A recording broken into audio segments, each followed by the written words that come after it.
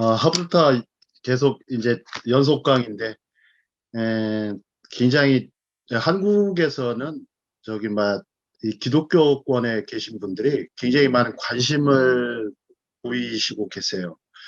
계시고 계시지만 막상 이제 그 대부분 하시는 말씀 중에 하나가 이 얕은 물가에서 첨벙된다고 얘기를 많이 하세요.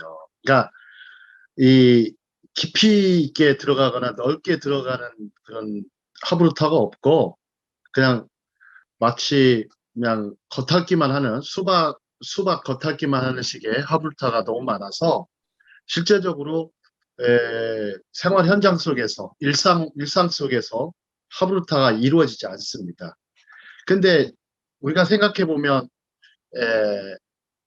그 유대인들은 하브루타를 일상 속에서 하고 있죠. 그래서 자신들은 하브루타를 하고 있는지도 모르고 살아요. 하고 있는지도 모르고 살아요. 그래서 생각해 보면 하브루타를 하는 사람들은 자기도 하는 줄 모르고 행해야 좀 하브루타의 진정한 이 문화 속에 있다고 저는 생각이 듭니다. 그래서 대부분 사람들이 그냥 어떤 공식적인 자리나 어떤 자격증 과정 혹은 기타 다른 강의실에서 이루어지는 이런 하브루타가 너무나 빈번하다 보니까 실제적으로 하브루타가 확산하고 조금 대중화되고 많은 사람들이 이게 공유하는 어떤 교육 문화로서 이루어지지 않는 것 같습니다. 저는 그 부분을 항상 고민하는 것 중에 하나입니다. 근데 그러다 보니까 유대인들의 그 성공 비결이 단순하게 무슨 하브루타 있었다 이렇게 붙이기는 어렵지만 여러 가지 하브루타뿐만 아니라 여러 가지 복합적인 요소들이 아주 충실하게 결합을 해서 이루어진다고 저는 봅니다. 오늘은 이제 성공 비결 두 번째 시간입니다. 자, 두 번째 시간인데 말씀과 탈무드의 가르침을 충실하게 따른다 이 부분입니다. 혹시 이제 광야가 히브리어로요 미드바르 미드바르인데 드바르 혹은 다바르가 말씀입니다. 드바르나 다바르가 말씀입니다. 혹시 드바르나 이 다바르가 다른 뜻이 뭐가 있을까요? 한번 생각해 보실까요? 드바르나 다바르.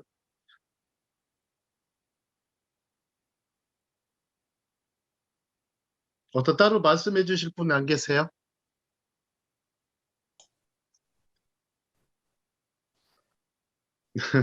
아무도 안 계시네요. 자, 드바르나 다바르도 말씀인데 이 말씀이란 뜻이 미드바르, 미가 풀엄이란 뜻이에요. 풀엄. 그러니까 말씀은 원래 뜻이 광야에서부터라는 뜻이에요. 광야에서부터.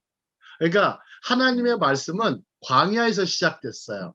어떤 우리가 생각하면 도시에서 시작됐고 어마어마한 많은 문명이 막 꽃을 피운 곳에서 시작된 게 아니라 말 그대로 광야 혹은 사막에서 시작된 말씀이 드바르입니다. 드바르다 보니까 그래서 유대교나 기독교는 광야에서 생긴 종교예요. 광야에서 생긴 종교예요. 그러면 광야의 특징을 생각해 보셔야 돼요. 광야의 특징. 자, 광야의 특징을 생각해 보셔야 돼요. 우리 저기 참석하신 분들 중에도 여러분들이 계시지만, 광야의 특징을 한번 생각해 보도록 하겠습니다. 우리 요셉 목사님 어떠세요? 이 광야의 특징 좀 생각해 보시면. 물이 없어요. 일단 물 구하기가 어렵죠. 어, 다른 분들 안 계세요? 음. 광야는 기온의 차가 심해요. 예, 그렇죠. 기온의 차가 일교차가 2, 30도 이상 차이 나는 굉장히 낮에는 뜨겁고 밤에는 굉장히 추운 곳입니다. 네. 기타 다른 분들 안 계세요? 광야의 특징. 광야는 아무것도 없죠. 예, 예.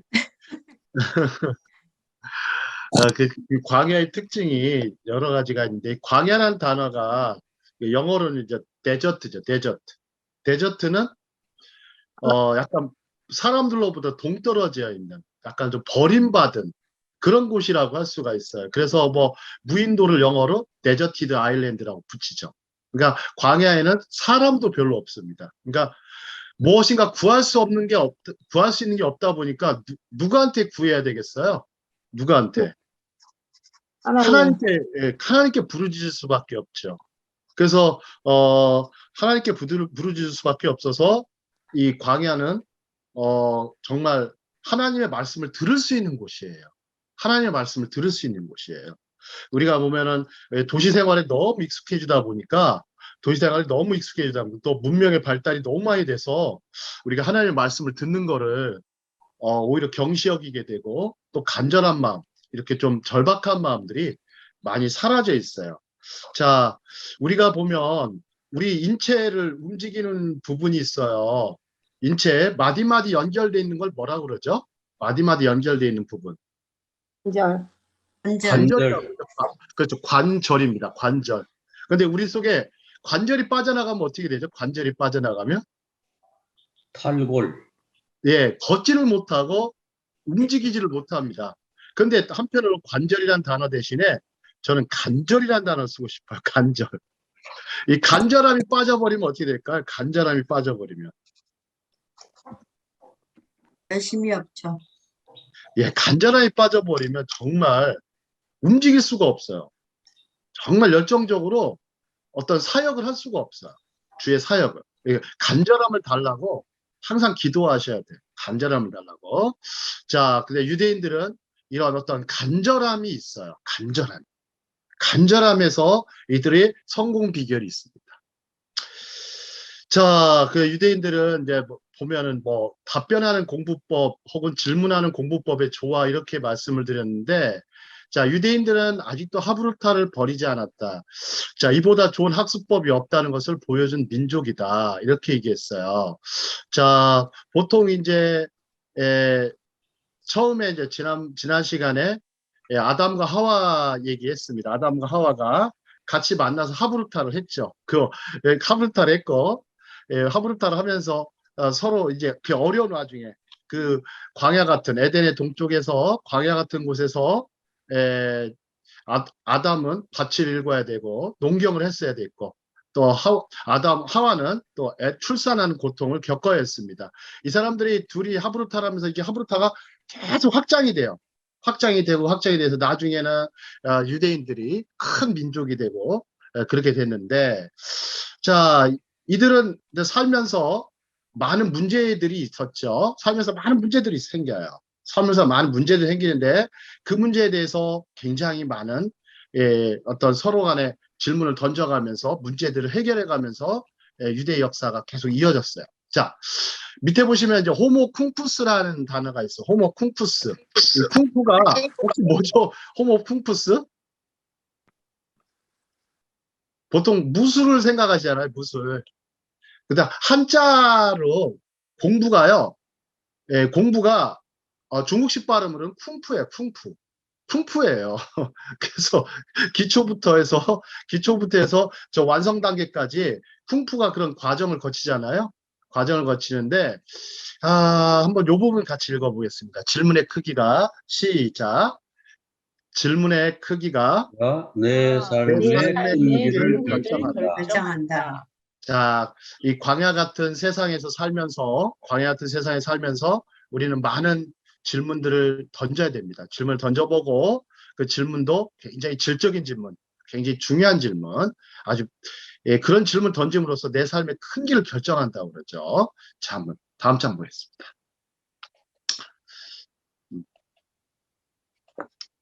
자, 배움에 대한 갈증이 강해요. 유대인들이 배움에 대한 갈증이 굉장히 강하다. 자, 이 사람들은 배움을 우리나라 같은 경우는 목표나 도달 과제 정도로 생각을 해요. 근데 이제 배움이 목표나 도달 과제라고 한다면 마치 배움에도 때가 있다고 그러고 끝이 있다고 생각을 하죠. 그러다 보니까 배움 그 자체를 즐기고 성스럽게 생각하는 게 굉장히 약한 것 같아요. 한국 사람들이 굉장히 약한 것 같아요. 근데 유대인들은 모르겠어요. 다 그런 건 아니지만 배우는 것은 정말 즐거운 과정이다 생각한 즐거운 과정이다. 혹시 유대인들이 새학기가 되면 주로 뭐를 하죠? 한번 맞춰보세요. 새학기가 되면 사과에 꿀을 발라서 줍니다. 사과에 꿀을 발라서 줘요. 그래서 새학기가 되면 매년 한 8월 말 아니면 9월 초에 되는데, 그래서 이 사람들이 사과에 꿀을 발라서 자꾸 줍니다. 주면서 뭐 하나 정도 주지 않아요. 한 막 여러 개 주고서 먹으면서 꿀 바른 사과를 먹죠. 꿀 바른 사과. 실제적으로 제가 어느 날 어디서 강의를 했는데, 아이들한테 이제 꿀 바른 사과를 이제 주니까 아이들이 그냥 즐겁게 먹죠.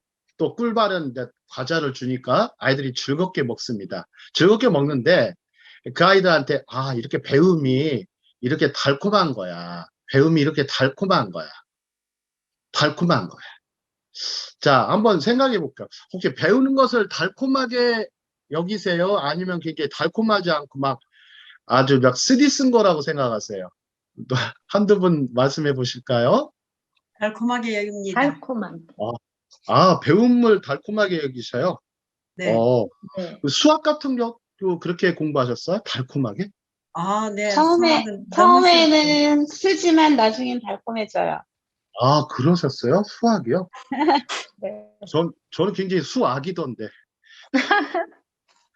아주 뭐, 가면 갈수록 어려운 거 나타나니까, 도저히 뭐, 달콤하다 못해 좀 고통스러운 경우가 있었고. 근데 이제, 공부라는 게 무슨 뭐, 그 과정 자체를 즐기다 보면 굉장히 약간 고통스러운 면도 있지만, 굉장히 또 거기에서 담겨져 있는 깊은 풍부한 의미나 어떤 걸 발견해 나가는 것, 그런 재미들이 있는 것 같습니다. 독서도 마찬가지고요. 자, 이 사람들은 이제 물고기를 잡아주기보다 물고기 잡는 법을 가르쳐라 그랬죠. 자, 물고기 잡는 법. 자, 이런 말은 그 유대인들의 그 탈무드의 이 말은 어디서 나왔을까? 한번 맞춰보세요. 왜? 이 사람들이 물고기를 잡아주기보다 물고기 잡는 법을 가르쳐라. 혹시 맞춰보세요. 자, 이스라엘 가보시면은 커다란 호수가 있죠. 세계 5대 호수. 갈릴리 호수? 그렇죠. 갈릴리 호수. 그 갈릴리 호수를 히브리어로 얌하 키네렛이라고 그래요. 얌하 키네렛. 얌하 키네렛은 뭐냐면 키노르 아시죠? 키노르. 하프가 키노르예요. 그러니까 얌하 키네렛인데 그 갈릴리 호수는 모양이 하프처럼 생겼어요. 하프처럼 생겨서 굉장히 아주 아름답고 사계절 풍부한 수산물이 나오고 물 자체가 굉장히 신선하죠. 물이 어디서부터 발원하냐면 헐몬산에서. 말 그대로 헐몬산이 백두산보다 높습니다. 보통 사람은 뭐 헐몬산이 낮은 산 같지만 백두산이 어마어마한, 백두산보다 높은 헐몬산에서 강줄기가 시작이 되어서 갈릴리로 오죠. 그 당시 옛날에는 갈릴리에 랍비들이 많이 살았어요. 갈릴리 랍비들이 많이 살았어요.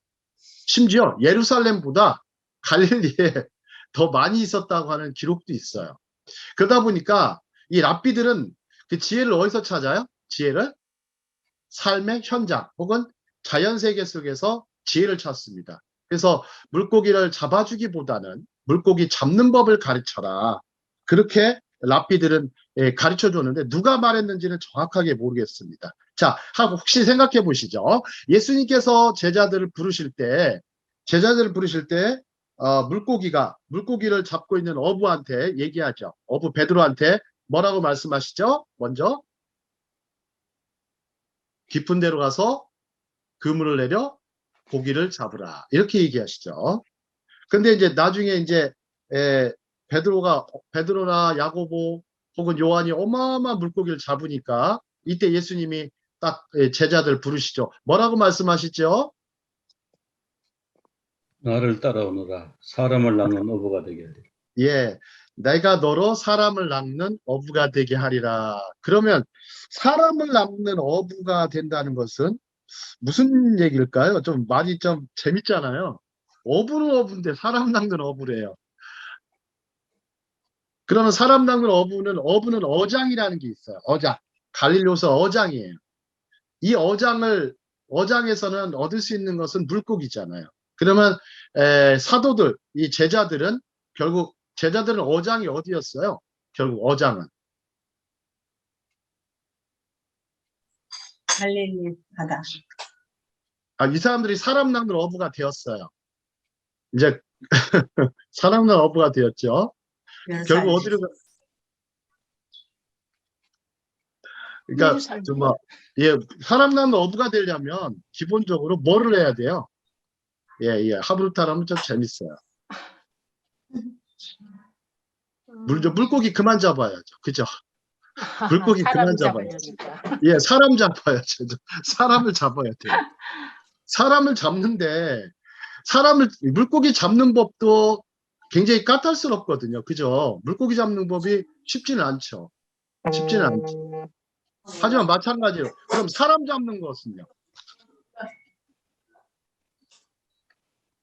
아니 뭐 해병대 가면 그게 있잖아요.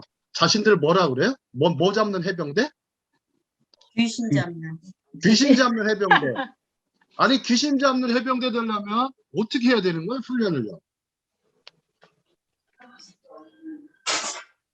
엄청난 강훈련을 받잖아요. 막.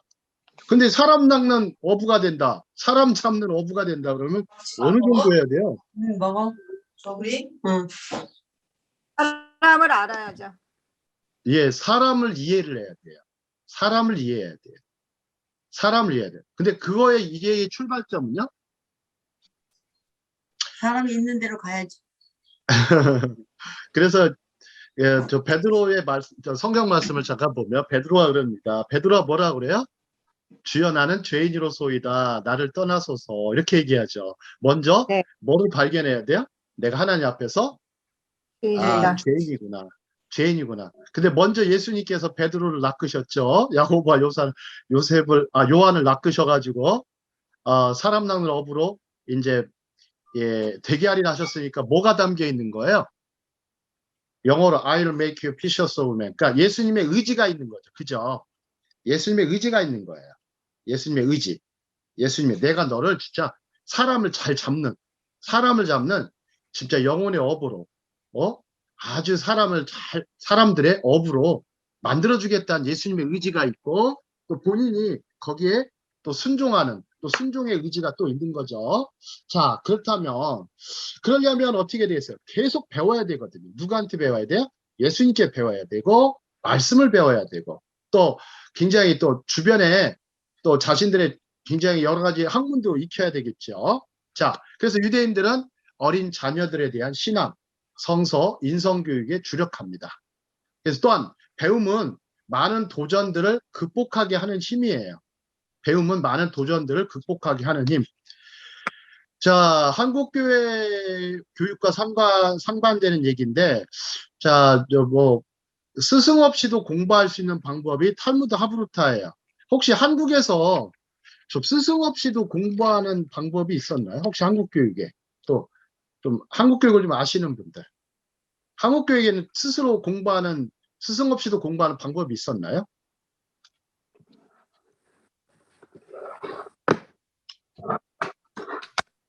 뭐 독학하는 그 정도 외에는 없는 것 같은데요. 근데 독학에는 한계가 굉장히 있잖아요. 독학에는 한계가.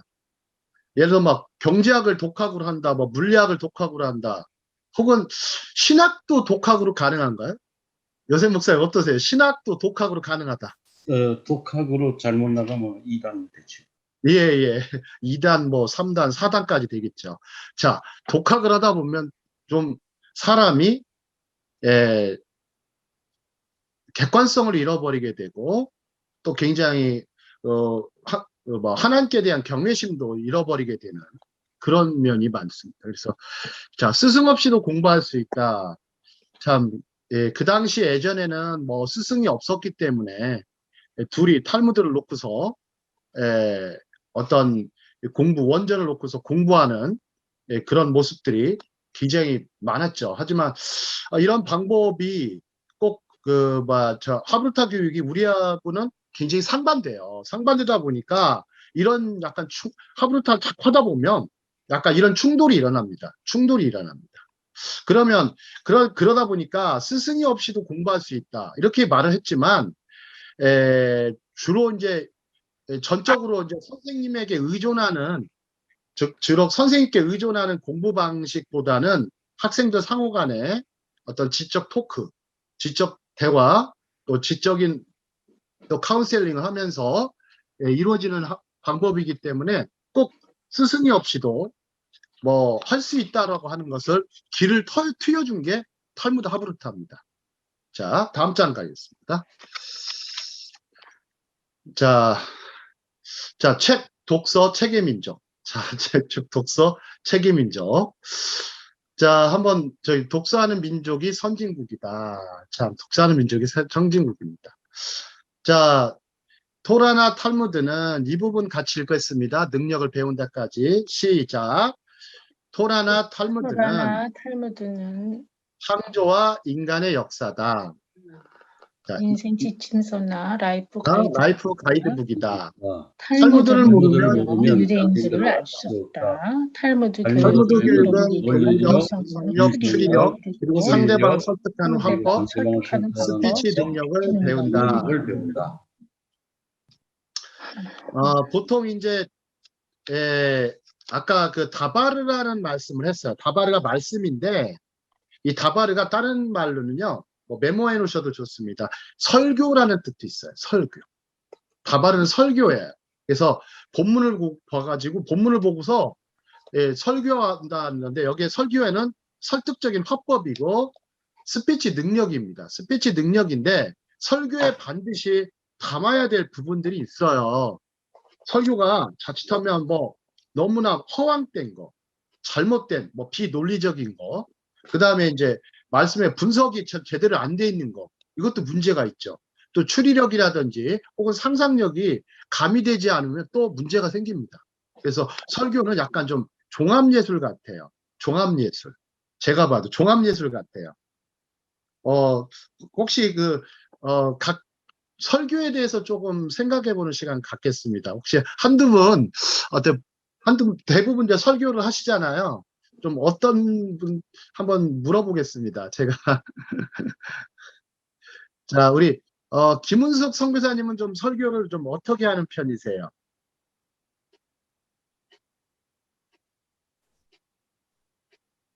설교 제목을 먼저 잡고요. 네네. 제목을 잡는 것이 아니라 그 계절, 절기를 먼저 생각하고 또 예, 무엇이 필요한가 그거를 먼저 생각해서 제목 설교를 해왔어요. 그리고 어떤 예. 주제가 있으면 그거 주제 끝날 때까지 계속 하고 그래서 한 책을 다 띄우기도 하고 이렇게 했는데 지금은 온 교인 이제 비전 큐티를 하고 있거든요. 그래서 일주일 동안 이제 그 비전 큐티 중에서 꼭 더 설명이 필요하고 더 그곳에서 교훈을 얻고자 하는 그런 것이 있으면 그 본문을 택해서 지금은 하고 있어요. 그래서 제가 먼저 묵상하고 또 주석도 참고하고 그리고 예화도 찾고 그리고 이제 그 잘 알아들을 수 있는 그런 그 그림을 PPT에 같이 넣는다든지 이렇게 해서 이해를 돕고 있습니다. 네.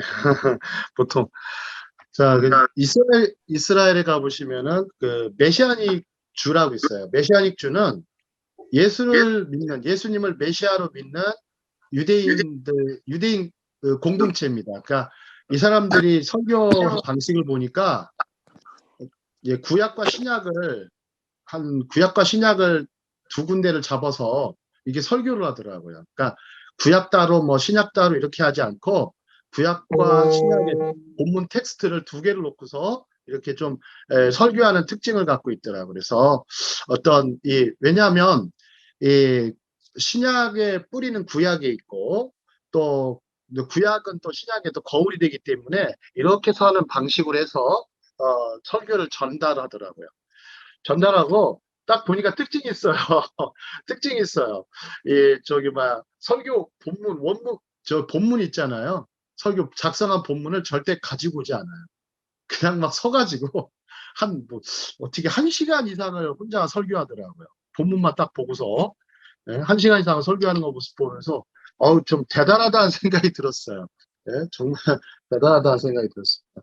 그냥 이게 설교가 그냥 나오지는 않는 것 같습니다. 자, 그런데 이제 유대인들은 이렇게 뭐, 토라나 탈무드 교육을 하면서 결국에는, 이 남을 설득하고 스피치 능력을 배워서 삶의 현장에서 활용을 합니다. 그래서 탈무드적 토론 방법론은 최고의 화술, 구술, 논술 방법이다. 미국의 10대 법조인 중 9명은 유대인이었어요. 9명은 유대인이었어요. 워낙 막 말들을 잘합니다. 또 글들도 참 잘 써.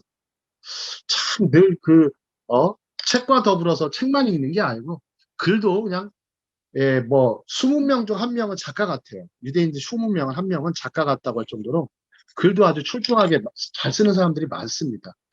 좀 우리도 좀 그런 면에서 그런 노력들이 필요한 것 같습니다. 자, 다음 장 보시죠. 자, 강연자의 하브루타 챌린지. 왜 유대인들이 노벨상을 많이 받는가? 자, 한번 저 위의 질문에 각각 답변해 보라 그랬어요.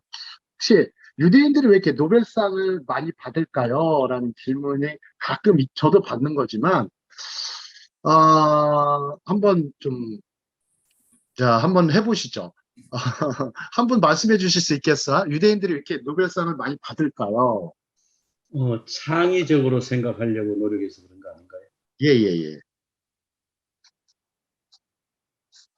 지난주에 공부한 것처럼 유대인들은 부족한 것을 예. 통해서 생각을 하고, 그리고 제가 들은 이야기에는 그 부모들이 아기가 태어나면 성경을 통해서 하나님을 가리키지만 그 상상력과 창조성을 길러준다고 얘기를 하더라고요.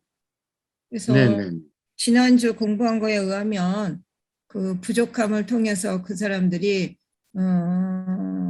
필요를 통해서 창조의 그런 것을 습득해 오지 않았나 이런 네네. 생각을. 질문을 통해서 혹시 그런 문제점들을 알게 되고 또 그럴 것 같아요. 네네. 또 정말 그 사람들은 좀 부끄러워해요. 남하고 똑같이 생각하는 걸 일단 부끄러워해요. 왜냐하면 혹시 사람이 그 사람들 생각은 그래요. 전 세계 지금 뭐 몇 억의 인구인지 모르겠는데 한 77억 되나요? 벌써 한 80억에 육박을 했는데 단 한 명도 같은 사람이 없잖아요. 단 한 명도 같은 사람이 없는데 각자의 DNA가 다 틀리고. 근데 이제 이 사람들은 그 스티브 잡스가 그런 말을 했죠. Think different. Think different. 다르게 생각하라. 다르게 생각하는 거를 늘 강조를 하다 보니까 마치 다르게 생각하는 게 당연한 거야, 이 사람들. 하도 어렸을 때부터. 근데 우리나라 사람들은 똑같이 생각해야 맞잖아요. 정답을 구하는 삶은 결국 뭐 거의 뭐 똑같이 생각하는 경우가 많죠. 그거에 익숙해져 있는데, 자, 한번 보실까요? 밑에 보면 세 줄 있어요. 세 줄 한번 볼까요? 우리는 시작. 우리는 지금까지 노벨상을 받는가에 초점을 맞추었다. 그런데 반대로 노벨상을 유대인들에게 많이 주는가를 생각하지 않았대요. 자, 그러면 유대인들한테 왜 노벨상을 많이 줄까를 생각하지 않았었어요. 일단 혹시 스웨덴의 노벨위원회가 원하는 게 있어요. 상을 줄 때는 일단은 뭐가 제일 높아야 돼요? 맞춰보세요. 일단 새로운 거.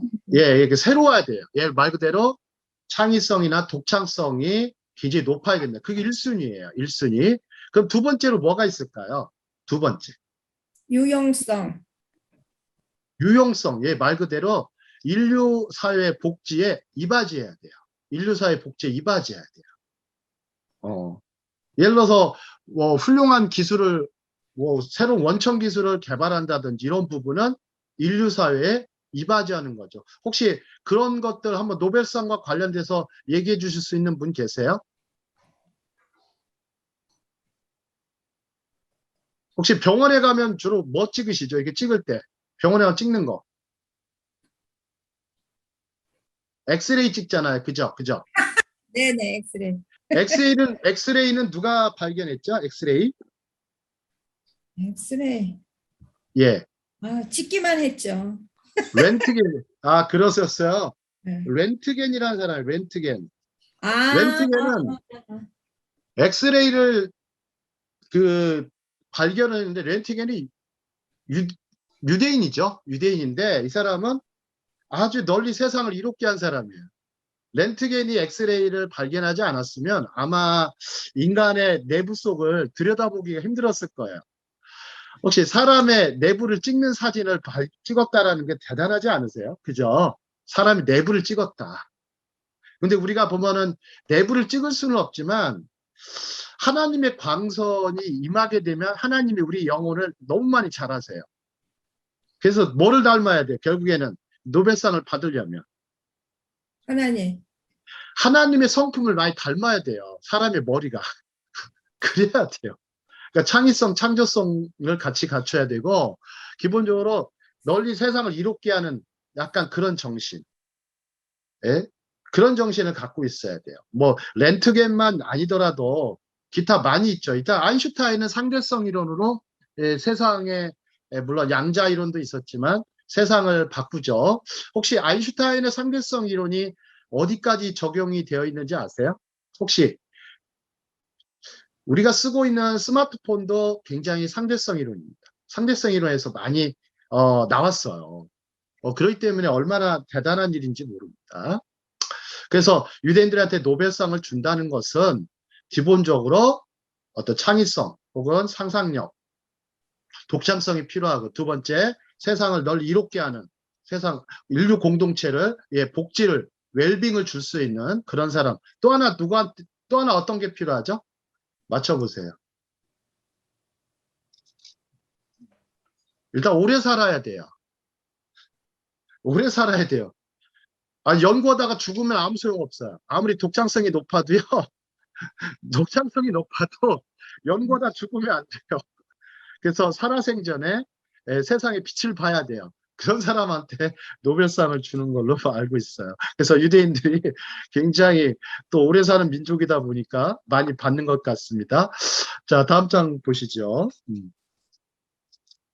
자, 탈무드 학습법의 위대성은 인생 퀴즈에 있다. 인생 퀴즈 한번 보겠습니다. EBS 유대인 교육에 대한 다큐멘터리에 나온 예시바 학교 유대인 교사의 탈무드 퀴즈 한 편을 소개하였습니다. 자, 한번 다 같이 한번 읽어보실까요? 한 양치기에게 시작. 한 사람이 찾아와서 양 한 마리를 맡겼다. 잠시 후 또 한 사람이 와서 양 두 마리를 맡겼다. 다음날 어제 양을 맡겼던 두 사람이 양치기를 찾아와서 두 사람 모두 양 두 마리를 맡겼으니 양 두 마리씩 내놓으라고 했다. 이 양치기는 두 사람에게 어떻게 보상해야 할까? 물론 답은 뒷장에 있습니다. 한번 맞춰보세요. 이거 한번 이게 퀴즈거든요. 퀴즈인데 퀴즈 하브루타 바이블 퀴즈 하브루타 여기에 성공의 비결이 담겨 있어요. 자, 이 양치기는 두 사람한테 분명히 양 한 마리 맡기고 한 사람은 두 마리 맡겼는데 둘 다 양 두 마리씩 내놓으라고 해요. 어떻게 보상해야 할까요? 양을 한 마리를 더 가져와 가지고 두 마리씩 나눠주고 한 마리 가져온 사람한테는 내 거 찾아가네 이러면 되지 않아요?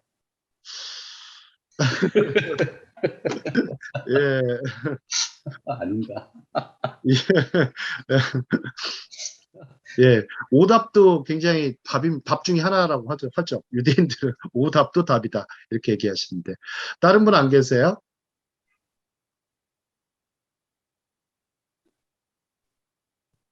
이런 퀴즈 자체도 되게 어렵잖아요. 그럼 어떻게 탈무드를 하겠어요?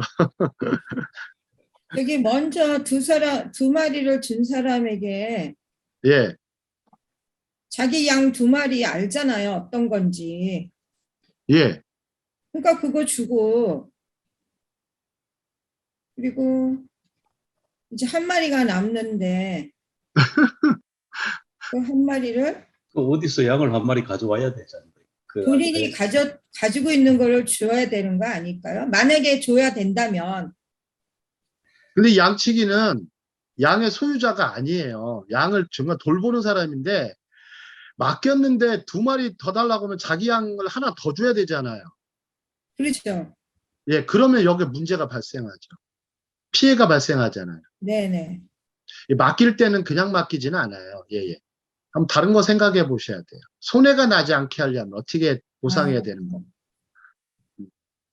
양을 뭐 새끼를 낳아서 줘야죠. 뭐. 네? 그런 방법이 있나요? 당장 내놓으라고 하는데요? 당장 내놓으래요? 예. 그러면 기다리라고 그래요. 지금 어떡해요? 아, 그래요? 응. 그럼 고발하면. 억지인가요? 예, 근데 예. 맡겼을 때 뭐를 줬다고요? 그냥 맡기지 아니요. 않았다고요? 예, 내용을 잘 보셔야 돼요, 내용을. 아, 그래요?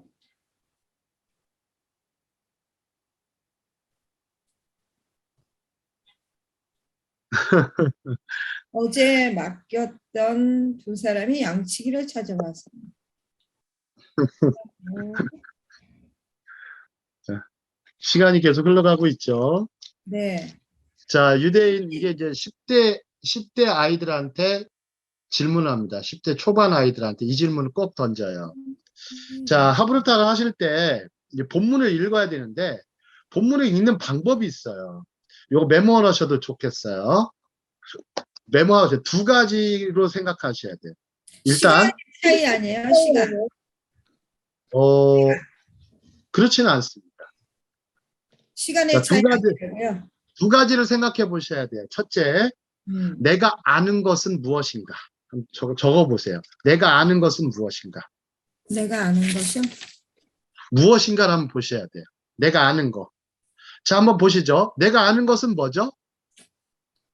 2사람이 한 양측에 와서 한 마리 맡겼고 또 한 사람은요? 2마리 맡겼어요. 2마리를 맡겼죠. 그러면 이번엔요, 2번째. 내가 모르는 것을 한번 생각해 보시죠. 내가 모르는 거. 한 마리 맡긴 사람도 2마리 내놓으라고 그러고 예. 2마리 맡긴 사람도 2마리 내놓으라고.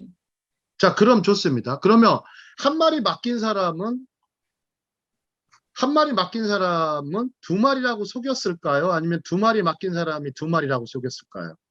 아, 나름호도. 그렇죠. 내가 모르는 부분이에요. 그죠? 아, 네네네네. 자, 그러면 한번 생각해 보시죠. 내가 아는 부분이라고 해도 다시 한번 살펴보세요. 자, 한 양치기에게 왔어요. 한 사람이 찾아와서 한 마리를 맡겼어요. 여기서 양치기에게 한번 접근해 보세요. 양치기, 그죠? 한 양치기가 있었고, 근데 문제는 2사람이 양치기를 찾아와서예요. 그죠? 중간에. 그 다음에 끝에 가면 또 누가 나와요? 이 양치기는 2사람에게 어떻게 보상해야 할까예요. 이제 조금 더 나오실 것 같은데요. 어떻게 보상해야 할까요? 한번 맞춰보세요. 어떻게 보상해요? 자, 한번 보세요. 퀴즈에는 뭐가 있죠, 혹시? 퀴즈에는? 함정. 아, 예, 맞아요. 3번째. 자, 이제 3번째 생각할 거. 내가 아는 거 있었죠? 내가 모르는 거 있었죠? 그 다음에 뭐가 있어요? 함정이 있잖아요. 네. 함정이 있어요. 그러니까 여기서 함정이 있다 보니까 이 문제를 푸는 학생들은 어떤 생각이 들까요? 굉장히 뭐가 높아요? 아, 이거 문제 맞추기가 쉬운 듯 어렵네. 이렇게 여길 수 있겠죠. 네. 하지만 퀴즈는 맞추고 싶죠. 네. 왜 좀 짜증나잖아요. 이거 안 맞추면 좀 궁금하면 못 참는 그런 성격 있잖아요. 제가 그래요. 막 밤을 새워서라도 해야 돼요. 밤을 새워서라도. 자, 다른 얘기로 갈게요. 자, 유대인 랍비들은요, 이런 질문을 던져요. 혹은 유대인 부모들 질문 던져놓고 답을 안 줘요. 답을 안 주는데 얼마나, 우리나라 사람들은 빨리 주잖아요. 답을 안 주는데 얼마까지 안 줄까요? 한번 맞춰보세요. 며칠 동안 답을 안 줄까요? 맞출 때까지. 예, 맞출 때까지예요. 맞출 때까지 답을 안 줘요. 근데 그 맞추는 과정 생각해 보세요. 맞추는 과정. 그거를 메모해 놓는다고 생각해 보세요. 그럼 얼마 정도 메모할까요? 끝없이 하겠죠. 예, 보통요, 이런 얘기하면 좀 놀라운 얘기예요. 질문에 100배 이상 쓴다고 그래요. 질문에 100배 이상. 질문에 100배 이상 메모를 한다고 그래요. 메모하고 생각한대요. 질문에 100배 이상. 그러니까 애매모호한 문제, 이런 문제를 한번 해결해 보세요. 그 사람 정말 지혜로워지지 않을까요? 한 10여일간 한다 그러면. 저도 이런 식의 수업을 몇 번 해봤어요. 근데 너무 시간이 많이 가니까 문제가 됐죠. 자, 한번 보겠습니다. 자, 좀 전에 내가 아는 것은 무엇이고 모르는 것은 무엇인가. 그 다음에 함정이 있다라는 거. 이 함정을 잘 극복하셔야 돼요. 자, 한번 답을 보실까요? 다음 장이요. 자, 여기 써놨죠, 제가. 가장 쉽게 접근하는 방법. 쉽게 접근하는 방법. 답은 아직 안 나와 있는데, 자, 한번 요 부분 한 4줄, 5줄인가요? 한번 읽어보고 답으로 가보겠습니다. 한국의 교육도 시작. 한국의 교육도 이제 단순히 지식을 전달하는 차원에서 벗어나야 한다. 인생 인생 현장에서 일어날 가능성이 있는 어려운 상황에 대한 반응을 훈련할 수 있는 인생 퀴즈나 질문도 이제 좋은 교육적 대안이 될 수 있다. 생각하는 시간, 생각하는 훈련, 그리고 논리성과 다양한 접근 방식을 갖추도록 도와주는 일이 교사의 일 중에 하나가 되어야 한다. 자, 이게 하브루타죠. 자, 한국의 교육에서 이제는 단순히 막 급한 마음으로 지식을 전달하고 급한 마음으로 정답을 막 제공하는 거, 이미 정해진 답을 전하는 것은 교육의 효과가 없죠. 교육의 효과가 없죠. 요즘에 우리가 보면 지식들이 다 클릭만 하면 다 얻을 수 있는 지식들이죠. 지혜는 클릭해가지고 얻을 수가 없잖아요. 생각의 과정이 없이는 절대 할 수가 없습니다. 자, 다음 장을 넘어가 보시죠. 자, 예시바 학생이 제시한 정답 다 같이 읽어보겠습니다. 시작. 양치기는 두 사람 모두에게 아무것도 보상할 의무가 없습니다. 예. 그 이유는 두 사람 모두 양치기가 자리에 없는 사이에 양을 맡겼기 때문입니다. 네. 그렇죠. 보상할 의무가 없어요. 그런데 제가 함정을 걸어놨잖아요. 어떻게 보상해야 합니까? 한데 거기에 함정에 걸린 거죠. 보상할 의무가 없어요. 양치기가 자리에 없는 사이에 양을 맡겼기 때문이죠. 자, 지극히 네. 혹시 그 두 사람을 세워놓고 자기 양을 부르라고 그래가지고 거기에 응답하는 양을 데려가면 안 될까요? 왜냐면 양이 자기의 그 주인도 알고 주인도 자기 양을 아니까. 그런 방법이 있네요. 네네. 근데 그렇게 양이 그렇게 난 똑똑한 줄 몰랐는데요. 그 아니, 주인을 성경 말씀에 보면 있다고. 예, 주인을 알아보는 경우가 많다 그러죠. 약간 네. 애완양 같아요. 애완양들. 주인을 좀 잘 알아보죠. 애완양들. 근데 그렇게 보면 필립 누구죠? 옛날에 보면은 시편 23편 에서 책을 쓰신 분 얘기 들어보면 굉장히 양들이 주인의 목소리를 잘 알죠. 목자의 목소리를. 네, 그렇게 하는 방법도 있네요. 네. 또 한 가지는요. 한 가지는 여기가 양치기가 없을 때 놓고 갔다는 그 부분이 문맥상에서 알 수가 있었었나요? 그러니까 2마리를 달라고 한 사람은요. 그 양치기가 아니었던 거죠. 양치기가 2사람이 등장하는 거죠. 2사람. 나름대로. 그러면은 예. 예를 들어서 양치기가 한 사람이었을 경우에 예. 거기 이제 맡겼다 그러면은 그 맡겼다는 걸 이렇게 메모를 해놓거나 계약서를 쓰죠. 예. 네, 그래가지고 보여주면 되잖아요. 그래야 되는데 그 당시에는 아마 뭐 서로 알고 있는 사이에서 그렇게 맡겨놨었던 것 같습니다. 그런데 이 양 2마리 달라고 한 사람은 그 양치기가 없던, 예를 들어서 그 양치기가 없었잖아요. 그죠? 맡겼던 양치가 없고 다른 양치가 나오니까 두 마리 달라게 해도 되겠다 해가지고 이제 꼼수를 쓴 거죠. 예, 추리력이 많이 필요한 부분이에요. 자, 학생들이 제일 좋아하는 추리 소설이 있죠. 그게 뭐죠? 셜록 홈즈, 그죠? 그 다음에 방송 중에 의학 드라마 있죠. 미국 드라마, 의학 드라마 CSI, 그죠?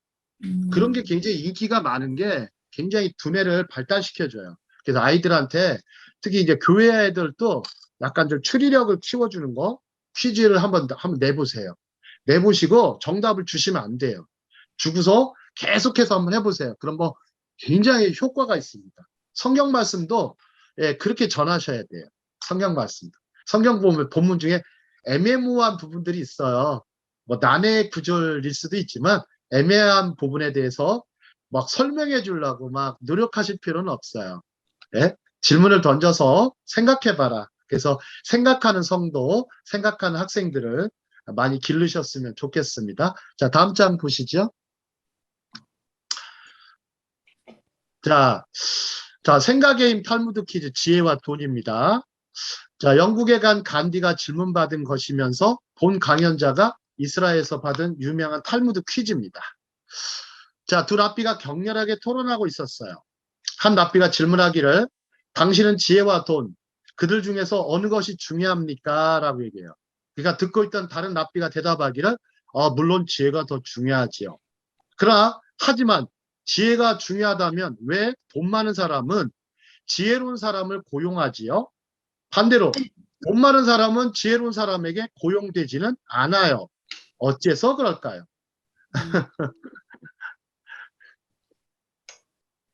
자, 한번 맞춰보세요. 보통 간디가 이 질문을 받았다고 그래요. 간디가, 제가 힌트를 드릴게요. 간디가 질문을 받으니까 영국 교수가 이제 질문을 던졌어요. 자네는 지혜가 좋은가? 돈이 좋은가? 그러니까 간디가 대답을 합니다. 교수님, 저는 지혜보다 돈이 좋습니다. 그러니까 교수가 뭐라 그래요? 어째서 말이 안 돼? 왜 지혜보다 돈이 더 중요하지? 자네한테는? 그러니까 간디가 뭐라고 얘기했을까요? 한번 맞춰보세요. 누구나 자기의 부족한 거를 갖기를 원한다. 이게 지금 하브루타가요. 간디에 대해서 간디가 그렇게 얘기하진 않았겠죠. 굉장히 지혜로운 사람이에요. 간디를. 약간 이럴 때 필요한 게 뭐냐면요. 유머예요. 유머. 지혜는 돈을 살 수 있지만 돈은 지혜를 못 사니까요. 간디가 유머를 써요. 그때 당시. 자네는 왜 지혜보다 돈이 더 중요한가? 돈이 더 좋은가? 그러니까 간디가 웃으면서 얘기했어요. 뭐라고 했을까요? 지극히 단순한 답이었어요. 지혜는 이미 가지고 있고 돈이 예. 없으니까. 예, 맞아요. 정답이에요. 교수님, 저는 지혜는 있는데 돈이 없어요. 그러니까 교수님이 막 서로 웃었다고 그래요. 가난한 인도 학생이니까. 자, 그러면 여기서 랍비는요, 지혜가 중요하다고 그러고 돈보다 지혜가 중요하다고 그랬어요. 왜 그랬을까요?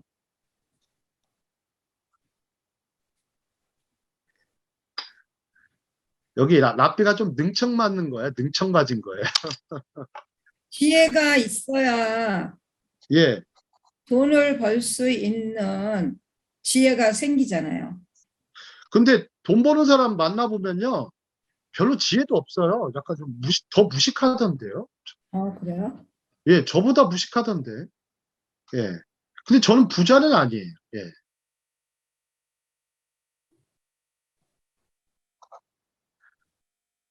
예를 들어서 대기업 사장들 보면 좀 지혜 많아 보이세요? 아니면은 뭐를 잘하는 것 같으세요? 사람 경영을 잘하죠. 예, 맞아요. 사람을 굴리는 법을 잘 알죠. 그러니까 제자가 딱 던지잖아요. 왜 선생님, 돈 많은 사람은 왜 지혜로운 사람을 고용하나요? 지혜로운 사람은 돈 많은 사람을 쓰지 않지만. 이게 탈무드 퀴즈예요. 자, 이거 가지고도요, 한 3박 4일 정도 걸리는 것 같아요. 제대로 하려면. 둘 다 중요하잖아요. 자, 좀 시간 관계상 되도록 넘어가도록 하겠습니다. 다음 장에 한번 보시죠. 자, 이렇게 중간에 제가 이렇게 깔아놨어요. 대화하고 놀아주고 독서하라. 자, 다음 장에 가보시죠. 네. 자, 이렇게 해놓는데 답이 지금 제시를 안 했잖아요, 제가. 자, 이러면 좋을 것 같아요. 제가 생각해 보니까 이 간디가 말한 게 꼭 정답이라고 할 수는 없는데 이렇게 하시면 좋아요. 참 하브루타를 하실 때는 어느 한쪽에다가 답을 다 주시면 안 돼요. 무슨 얘기인지 아시겠죠? 함정을 걸어 놓는 건 아닌데 어느 한쪽에다가 답을 다 제시하시면 안 돼요. 뭐 다 갖고 있으면 좋겠죠. 돈도 많고 지혜도 많으면 좋겠죠. 하지만 세상이 다 그렇게 돌아가진 않죠. 자, 이러면 좋을 것 같아요. 자, 지혜가 부족한 사람은 돈은 많은데 지혜가 부족한 사람은 어떻게 하면 돼요? 지혜를 습득해. 예, 그렇죠. 근데 지혜는 많은데 돈이 좀 부족한 사람은요. 돈을 벌어야지. 예, 그런 식으로. 예, 그런 식으로 가셔야 돼요. 그런 식으로 가셔야 돼요. 어떤 한편으로 보면 뭐 지혜만 구하겠다 하고 해놓고 지혜롭긴 한데 제가 봐도 그런 사람이 꽤 있어요. 제 사촌 형님 중에 서울대 법대를 나온 형님이 있어요. 이 형님은 정말 어려서부터 너무 똑똑했어요. 너무 똑똑해가지고 막 그 형님의 말은 너무 청산유수예요. 정말 모르는 게 없을 정도로 박학다식했어요. 근데 이 형님은 생활력이 없어. 예, 지혜가 너무 출중하니까 네. 지식이 너무 출중하니까 사람들이 돈을 갖다 줬어요. 예? 애들을 막 과외를 해서 어마어마하게 돈을 벌었는데 근데 이 형님의 특징이 공부만 좋아했어요. 그러다 보니까 사회생활을 어떻게 해요? 너무 못하는 거예요. 어디 가도. 그러니까 그리고 항상 이제 술을 많이 먹게 되고 그 다음에 이제 교회에 대해서 어떤 믿음의 세계에 대해서 굉장히 부정적인 사람이 됐고 자기 사람들을 어떻게 상대해요? 겸손하지 않게 상대해요. 다 나보다 못해. 다 나보다 못난 사람들이야 라고 여기고 살았어요. 근데 저는 사촌 동생이잖아요. 제가 그 형님보다 떨어졌을 것 같으세요? 아니잖아요. 막상 근데 이제 결혼 전까지는 예, 그 형님을 굉장히 아주 막 우러러봤는데 제가 결혼하고 애를 낳아 보니까 야, 이 지혜보다도 돈이 더 필요하네. 이걸 철저하게 느끼는 거예요. 그러나 또 지혜는 포기할 수 없죠. 그죠? 지혜는 포기할 수 없죠. 지혜가 더 중요한 건 사실이죠. 지혜가 더 중요합니다. 지혜라는 것이 그래서 유대인들은 지혜라는 것을 뭐라고 얘기하냐면 어떤 갈릴리의 랍비는 이렇게 했어요. 잘 먹고 잘 사는 법이래요. 한번 메모해 놓으셔도 좋을 것 같아요. 지혜가 뭐냐? 잘 먹고 잘 사는 법. 잘 먹고 잘 사는 법. 그냥 먹고 사는 게 아니라 잘 먹고 잘 사는 거. 잘 먹고 잘 사는 거. 자, 한번 보실까요? 잘 먹으려면 어떻게 해야 되죠? 잘 먹으려면? 돈을 벌어야죠. 예, 그렇죠. 잘 먹는 사람이 부자죠. 그래서 어떤 랍비는 부자는 매일 맛있는 거 먹는 사람이야 라고 얘기해요. 부자는 매일 맛있는 거 먹는 사람이야. 그 다음에 잘 사는 거는 뭐가 필요한 거죠? 지혜. 그렇죠. 지혜라고 하는 거죠. 그래서 갈릴리의 랍비는 두 가지를 얘기한 거예요. 지혜라는 게 뭐냐? 잘 먹고 잘 사는 법. 그래서 예, 잘 먹고 잘 사는 법이에요. 그렇게 얘기한 사람도 있죠. 그러다 보니까 교육을 외면할 수가 없는 거예요. 자, 그래서 교육이 생존을 위한 무기가 된 거예요. 한번 읽어볼까요? 자식에게 시작. 자식에게 기술을 가르쳐주지 않으면 도둑을 만든다. 자식에게 기술을 가르쳐주지 않으면 도둑을 만든다. 자, 아버지가 그래서 이 자식들한테 기술을 가르쳐줬습니다. 혹시 예수님께서도 목수로 계셨죠. 자, 예수님의 아버지가 이제 요셉이신데 이분도 목수셨죠. 그러면 이 목수셨기 때문에 어려서부터 목수일, 목공일을 배우셨습니다. 그래서 뭐 보면은 마태복음인가요? 거기 보시면 딱 써 있잖아요. 수고하고 짐진 자들아 다 내게로 오라. 그리고 뭐라고 말씀하시죠? 내가 너희를 편히 쉬게 하리라. 그 다음에 뭐는 가볍고 쉽다 그랬어요. 나의 나의 멍에는 그렇죠. 멍에는 쉽고 가볍다겠어요. 이 멍에라는 것이 어떤 거냐면 소의 그 목에 매는 거잖아요. 그잖아요. 농사 지을 때. 그럼 예수님도 멍에를 어떻게 하셨어요? 잘 만드셨다라는 거예요. 멍에를 잘 만드셨다라는 거예요. 나의 멍에는 쉽고 가벼우니 이러셨다. 나의 멍에는 쉽고 가벼우니. 그 다음에 예수님이 또 잘 만드셨던 게 뭘까요? 한번 맞춰보세요. 배? 아마 저는 배도 만드셨을 것 같아요. 목공일을 하셨으면 배도 만드셨을 것 같고 또 하나요. 아마 십자가도 만드셨을 거예요. 예, 십자가도 만드셨을 거예요. 그래 왜냐하면 로마는 십자가형이 참 많았던 나라예요. 그죠? 네. 자신의 민족한테는 십자가형을 안 내리고 그 이방 민족한테는 사형수들한테는 십자가를 많이 지게 했죠. 그러니까 예수께서도 십자가를 잘 만드셨다고 생각을 해요. 그러면 한번 보시죠. 세상은 누구에 의해 창조된 것 같아요? 그러면 세상은 목수에 의해서 창조된 거예요. 목수에 의해서. 그러니까 성경을 가르치실 때 이렇게 가르치셔야 돼요. 목수에 의해 창조됐다. 그러니까 너무나 잘 아시는 거죠. 그죠? 너무나 잘 아시는 거죠. 인간을 너무나 잘 아시는 거죠. 자, 그래서 이제 유대인들은 그런 어떤 기술을 가르쳐 주려고 해도 또 혼자 배우지 않아요. 반드시 선생님이 있어야 돼요. 아니면 친구가 있어야 돼요. 자, 더 나은 삶의 질을 위한 추구, 유대인의, 여기 읽어보겠습니다. 시작.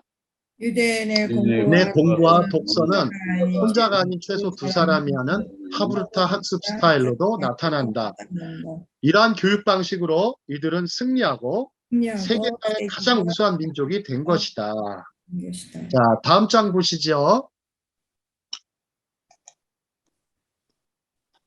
자, 하브르타의 네 가지 특징이 있어요. 일단 피어드, 또래나 지기가 있어야 된다. 피어드, 또래나 지기. 학교가 우리 보면 어렸을 때 같이 공부한 친구를 뭐라고 그러죠?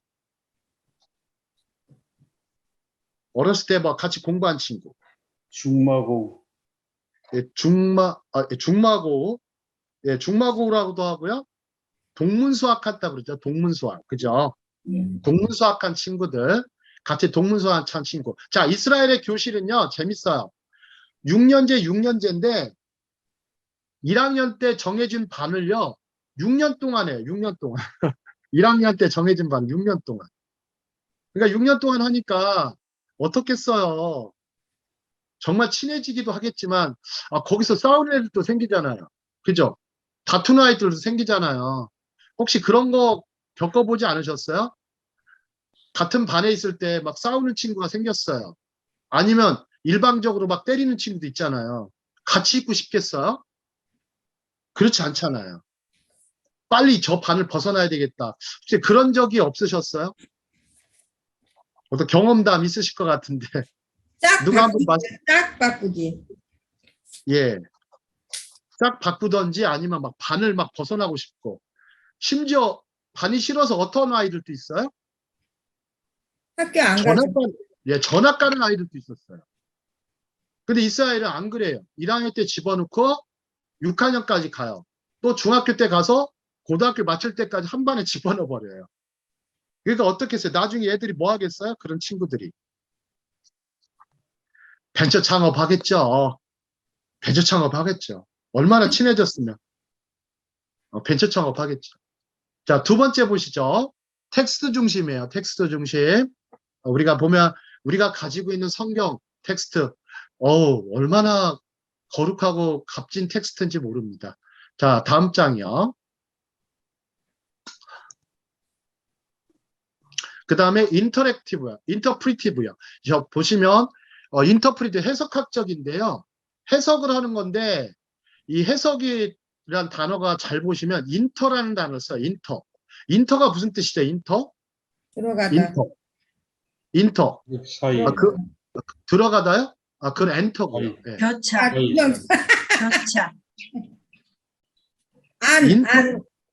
인터는 사이라는 뜻이에요. 사이. 사이.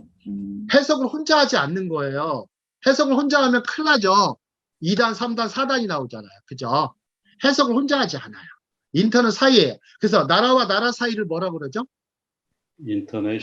인터내셔널. 그러면 네트워크 사이에는요? 네트워크 사이에. 인터넷. 그럼 폰과 폰 사이는요? 네? 인터폰. 폰과 폰 사이. 인터폰. 인터폰. 그러면 저기 보면 교차로가 있잖아요. 바뀐 고속도로에서 뭘 바꾼다 그러죠? 인터체인지. 인터체인지. 인터라는 것은 이런 사이라는 뜻이 있어요. 어. 해석학이라는 것은 그냥 하는 게 아니에요. 보면 나름대로 신앙 가진 사람이나 나름대로 공부한 사람들, 그런 사람들 위험한 사람들입니다. 그런 사람들은 좀 피하셔야 돼요. 자, 그런데 하브루타를 꼭 맺어가지고 하브루타를 맺어서 정말 하시는 것이 좋습니다. 학교 공부뿐만 아니라 신학 공부, 철학 공부, 자연과학들도 이렇게 서로 해석해가면서 해석이 잘 안 되면 뭐 독해해가면서 또 정리해가면서 하다 보면 어마어마한 일이 벌어집니다. 다음, 하브루타는 디스커션 베이스드예요. 그러니까 토론 중심이에요. 토론 중심. 그래서 서로 토론하는 거. 토론을 하다 보면 뭐 다 찬성할 때도 있고 반대할 때도 있지만 그러나 서로의 인격을 존중해주면서 하는 토론 중심이기 때문에 자, 한번 생각해 볼까요? 친구가 있는데 존중하지 않아요. 잘 존중해주지 않아요. 그러면 무슨 일이 벌어질까요? 토론을 하는데 존중해주지 않으면 싸우죠. 다음번에 또 토론할 수 있겠어요? 안 하죠. 안 하게 되죠. 네. 안 하게 되죠. 그래서 토론은 굉장히 좋은데 뭐 언쟁으로 간다면 이제 언쟁이죠. 논쟁이 아니라 언쟁으로 가게 되면 다음번에 토론의 장소, 토론의 장에 나오지 않게 됩니다. 그거 참 큰 손해거든요. 큰 손해. 그래서 하브루타는 먼저 상대방을 존중해주는 그런 인격적인 태도가 먼저 제일 중요합니다. 자, 다음 장 보시죠. 잠깐요. 네네. 한 번에 영어 지문을 잘 이해하려면이라고 표기가 되어 있는데 예. 영어 지문이 뭡니까? 영어 지문? 영어 지문, 영어 본문이요. 지문. 영어 지문이라고 하면 뭐 신문도 될 수 있고 학생들 영어 교재도 될 수 있고요. 알겠습니다. 네. 자, 다음 장 가보시죠. 이제 좀만 더 하고 마칠게요. 하브루타의 유익, 엘리올저. 자, 하브루타의 유익은 같이 읽겠습니다. 시작. 하브루타의 유익은 공적 경험을 가진 사람들이 서로 질문과 지식 그리고 의사소통을 잘 만들어가는 과정이기도 하면서 주인 정신과 공동체 정신을 기를 수 있다고 밝혔다. 굉장히 이러니까 노벨상이 나올 수밖에 없죠. 공동체 정신 또 인류애까지 기르다 보니까 지성뿐만 아니라 혹은 살면서 자신감, 지성과 자신감, 그 다음에 주인정신, 그 다음에 공동체 정신 혹은 인류애, 휴머니즘까지 기르는 것까지도 아주 유용한 학습 방법입니다. 그래서 하브루타를 딱 세 단어로 줄여버리면요. pedagogy in partnership이에요. 파트너십 속의 교육, 파트너가 같이 한 배에 탔어요. 파트너십 속의 페다고지, 서로 교육하는 것, 서로 교훈하는 것을 말합니다. 자, 다음 장 보시죠. 자, 그 다음에 생각하고 질문하고 토론하는 하브루타 학습에 대한 강연자의 3D 한번 discover friendly, discuss friendly, dispute friendly 이렇게 친밀하게 서로 발견하고 의논하고 토론하는 거, 이걸 하브루타의 3D라고 그래요. 3D입니다. 자, 다음 장 보시죠. 네. 다음 장을 보시면 이제 하브루타의 그 프로세스가 있어요. 이거는 이제 보시면은 알 것 같아요. 하브루타 어떻게 해오더라, 어떻게 해놓더라, 이런 프로세스인데 저는 이렇게 프로세스대로 하면 좋긴 한데 꼭 모든 하브루타가 이게 프로세스로 이루어지진 않아요. 프로세스로 이루어지진 않아요. 누가 만든 도표긴 하지만 저는 요 도표대로 하지는 못합니다. 도표대로 하지는 못해요. 이렇게 하면 좋다는 거지 이거대로 이루어지지 않습니다. 근데 항상 하브루타는 저를 한번 따라 하실까요? 상호작용. 상호작용. 상호작용. 프로세스보다 상호작용. 인터랙션이 많아요. 인터. 아까 인터 얘기했잖아요. 네. 인터. 사이에서 이루어지는 액션, 인터랙션. 그거가 하브루타입니다. 그러니까 어떤 사이에서 이루어지는 거죠. 혹시 그 세상에는 그 세 개의 사이가 있다고 그러죠. 삼간이 있다고 그러죠. 삼간. 자, 시간적으로 하는 시간이 삼간 중에 하나예요. 시간. 그 다음에 장소가 뭐가 있죠? 공간이 있죠. 공간. 그 다음에 세 번째 사람끼리는요? 생각. 인간. 인간이요? 네, 시간, 공간, 인간으로 이루어져 있어요. 세상은. 시간, 공간, 인간. 그 다음에 시간, 공간, 인간이 있고요. 하나 더 있으면 생각. 저는 딱 하나 하고 싶은 게 있어요. 반드시 하고 싶은 거. 하나님 신자 써서 신간. 하나님이 꼭 있는 건 신간. 그래서 신간이 있어야 돼요. 그래서 하브루타는 이런 어떤 인터랙션 속에서 이루어져요. 하나님과 인간, 인간과 인간, 혹은 시간과 인간, 뭐 이렇게 다양한 상호작용들이 교차하면서 이루어지는 일이 하브루타입니다. 그러니까 범위가 굉장히 프로세스라고 여겼는데 어느 순간 보면 프로세스라기보다는 상호작용이 더 가깝습니다. 자, 다음 장 보시죠. 자, 지금까지 대한민국이 중요시한 거 뭐요? 읽기와 쓰기. 참, 근데 앞으로 해야 될 겁니다. 다음 장이요. 앞으로 해야 될 거 뭐요? 말하기와 듣기, 질문. 이제 이게, 예, 제가 정리를 잘 해놨죠. 말하기, 듣기, 질문. 자, 다음 장이요. 한국 학생들의 정상적인 교실. 다 퍼져 자죠. 그죠? 예, 퍼져 잡니다. 우리 때는 안 그랬는데. 예, 뭐, 다 잤었더라고요. 다 잠을 자죠. 자, 다음 장이요. 자, 한국의 학생들 교실. 다 아시는 얘기야. 자, 입시 위주의 교과 편성, 영원한 줄 세우기, 질문이 없는 교실. 그 질문이 없는 교실인데 질문하여도 뭐가 없어요? 양질의 질문이 없어요. 그다음에 스마트폰이 지배하고 책은 뒷점. 위계질서만 강조하죠. 학부모의 참여는 없어요. 요즘 뭐 학교 가는 부모들 없더라고요. 그 다음에 3D 현상.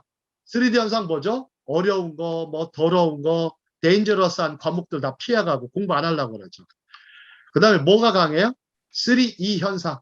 3E 현상 한번 읽어보실까요? 세 개 시작. Exciting, Economics, 뭐 잘 썼네요. 그 다음에 Entertainment. 네. 그 다음에 학교와 학원을 병행하느라 피곤한 청소년들. 이해를 합니다. 피곤할 것 같아요. 가정에서는 서로 각자의 방에서 서로 대화 부족. 각자의 방에 살아요.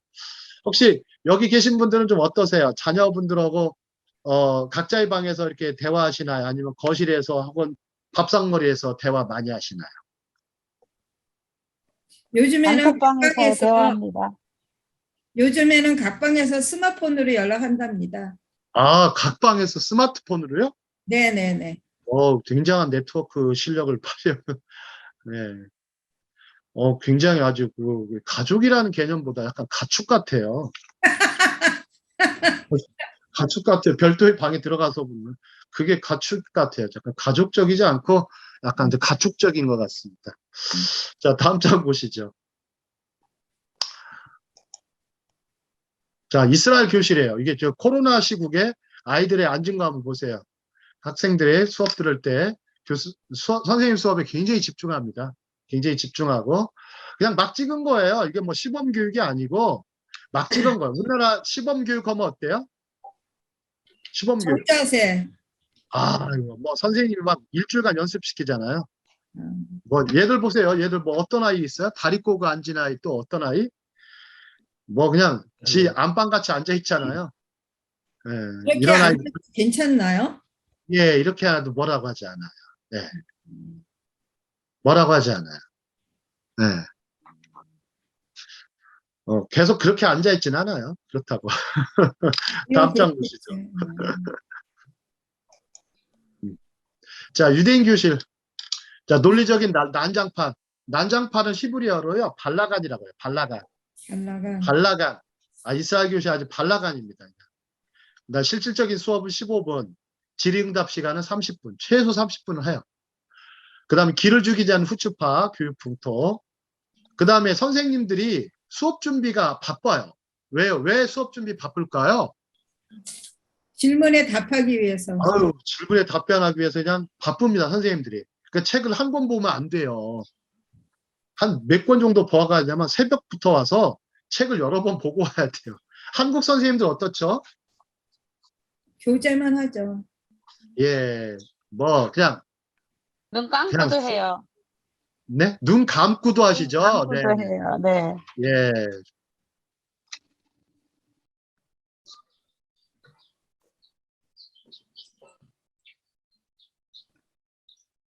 나쁜 선생님이에요, 좋은 선생님이에요. 좋은 선생님은 아닌 것 같아요, 그죠? 그렇다, 나쁜 선생님은 아닌데 정말 학교는요, 좋은 선생님이 필요해요. 학생을 위한 좋은 선생님. 학생의 창의력 혹은 교육력, 어떤 실력을 키워줄 수 있는 선생님이 좋은 것 같습니다. 그 다음에 교실 양벽에 약 1000여 권의 책을 보유해요. 책이 참 많아요. 그 다음에 전문성을 가진 학부모들의 교과 지원, 책값과 식비를 아끼지 않는 유대인 부모들. 이것 참 중요한 것 같습니다. 그죠? 책값과 식비. 제 아버지가 저한테 가르쳐 준 거예요. 책값하고 먹는 걸 아끼지 마라.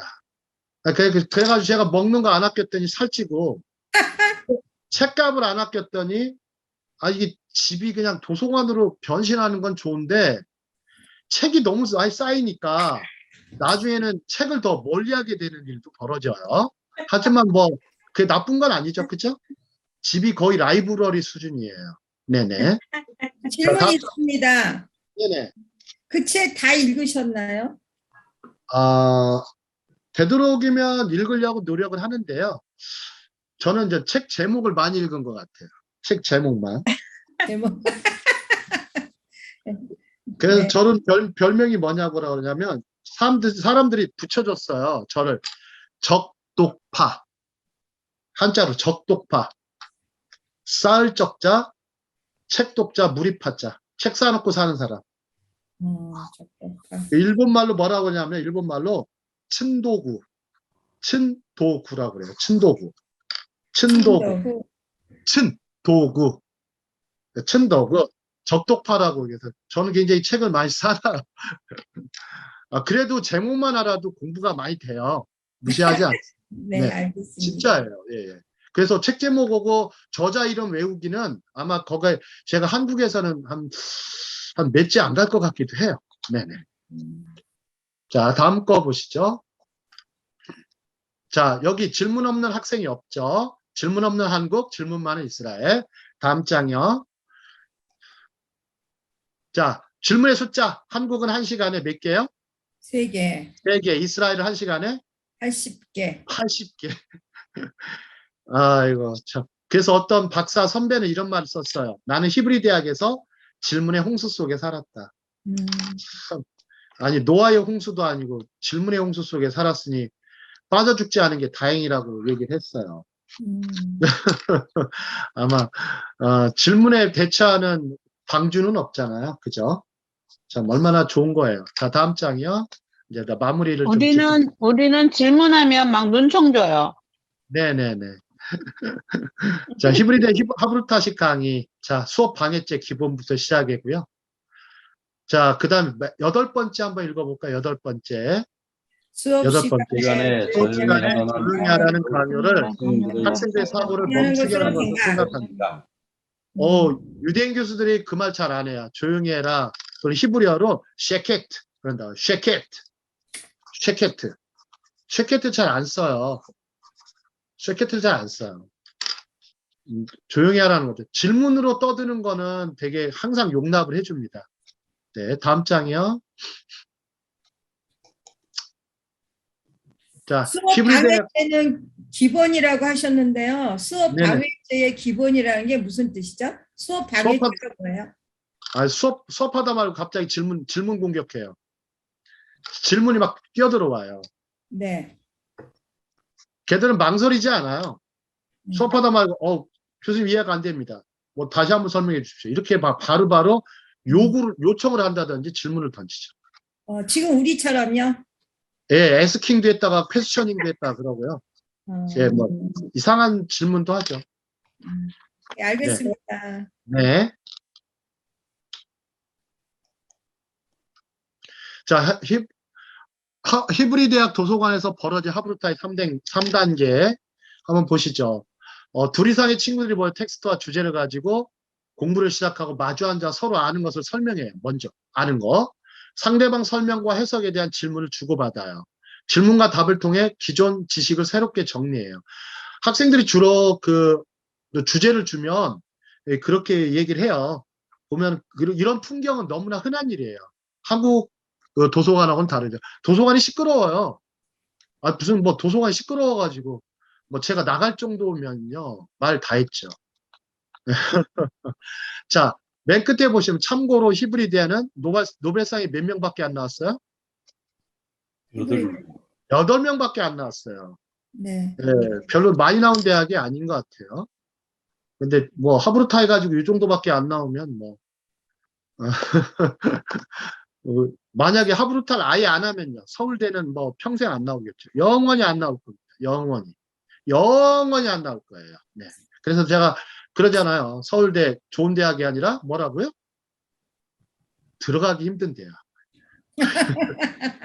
들어가기 힘든 대학. 자, 다음 장 보시죠. 이제 다 끝났습니다. 자, 여기 이제 히브리대 캠퍼스고요. 다음 장 보시죠. 유발 하라리, 아주 대표적인 사피엔스 쓴 사람, 아주 대단한 사람 중에 하나입니다. 자, 다음 장이요. 이 사람은 누구죠? 나탈리 포트만, 블랙스완 영화 찍은 사람. 옛날에 레옹이라고 아세요? 영화 레옹? 네. 레옹에 출연했던 그 나탈리, 레옹에 나왔던 여배우가 나탈리 포트만이에요. 블랙스완. 이 친구가 그 하버드 대학에서 공부를 했어요. 하버드에서도 그 학위를 갖고 있는 아주 대단한 영화 배우예요. 블랙스완 해가지고 아주 대단한 영화 배우죠. 자, 다음 장이요. 자, 로시가돌, 로시카탄, 로시가돌은 뭐 시간 관계상 짧게 할게요. 로시가돌은 큰 머리라는 뜻이에요. 큰 머리. 그 다음에 로시카탄은 잔머리예요. 작은 머리. 그래서 큰 머리는 유대인식 협력하는 사고를 가리켜요. 작은 머리는 뭐예요? 한국인식 혼자 하는 사고. 혼자 공부하는 한국인. 함께 공부한 유대인. 혼자 공부하는 것은 로시카탄. 같이 공부하면은 로시가돌. 이렇게 가돌이 크다는 뜻이고요. 카탄이 작다는 뜻이에요. 그래서 랍비 차라폴라는 뭐라 했냐면 절대 혼자서 공부하는 것을 뭐라고요? 무시하라고 그랬어요. 무시하라. 우리나라 사람들 이런 말 하기 힘들잖아요. 혼자 공부하는 거 무시하라. 저는 항상 혼자 공부하는 애 무시합니다. 예, 무시해요. 뭐 관심을 갖지는 않아요. 근데 같이 공부하는 애들 보면 관심 갖고 도와주고 싶더라고요. 자, 다음 장이요. 자, 유대인 학교의 학생의 네 부류.